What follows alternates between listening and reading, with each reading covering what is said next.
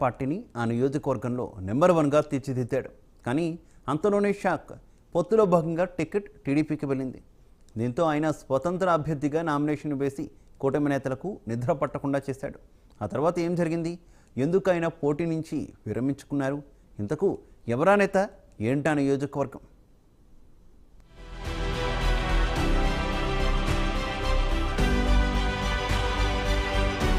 సత్తెనపల్లిలో కూటమి అభ్యర్థికి మరింత బలం పెరిగిందా? స్థానికుడు, సత్తెనపల్లిలో అశేష ప్రజాబలం కలిగిన బొర్రా వెంకట అప్పారావు పోటీ నుంచి విరమించుకోవడంతో వార్ వన్ సైడ్ కానుందా?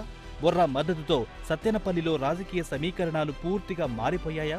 ఇప్పుడు రాజకీయ వర్గాల్లో చర్చనీయాంశం అవుతున్న ప్రశ్నలివే.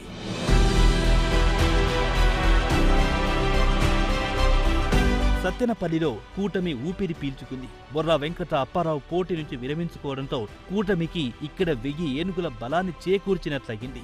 బొర్రా జనసేన పార్టీని సత్తెనపల్లిలో నంబర్ 1గా తీర్చిదిద్దారు. పార్టీ తలపెట్టిన ప్రతి కార్యక్రమాన్ని విజయవంతం చేసి సత్తెనపల్లిలో పార్టీని బలపరిచారు. అయితే పొత్తులో భాగంగా కూటమి తరపున ఇక్కడి టికెట్ తెలుగుదేశానికి దక్కింది. దీంతో బొర్రా స్వతంత్ర అభ్యర్థిగా నామినేషన్ వేశారు. ఆయన నామినేషన్ కార్యక్రమానికి జనం పెద్ద ఎత్తున హాజరయ్యారు. దీంతో కూటమి పార్టీలో టెన్షన్ మొదలయ్యింది. బొర్రా స్థానికుడు కావడం, నియోజకవర్గ వ్యాప్తంగా పట్టుండడం, సొంత ఇమేజ్ ఉండడంతో ఆయన ఓట్లు చీలిస్తే వైసీపీకి లాభం చేకూరుతుందేమో అనే టెన్షన్ కూటమి నేతల్లో కనిపించింది.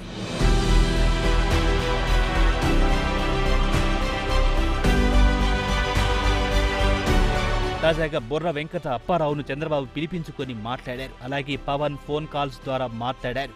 బాబు పవన్ బుజ్జగింపులతో పోటీ నుంచి విరమించుకున్నారు బొర్రా. టీడీపీ సీనియర్ నేత ఎరపతినేని శ్రీనివాసరావు, కన్నా లక్ష్మీనారాయణ కూటమిలో తగిన గౌరవాన్ని, గుర్తింపునిస్తామని బొర్రాకు హామీ ఇచ్చారు. దీంతో కన్నా గెలుపు కోసం కృషి చేస్తారని బొర్రా అప్పారావు హామీ ఇచ్చారు. ఎట్టకేలకు గత కొద్ది రోజుల నుంచి టెన్షన్ పుట్టించిన బొర్రా పోటీ నుంచి విరమించుకోవడంతో కూటమి నేతలకు ఉపశమనం కలిగినట్లయింది.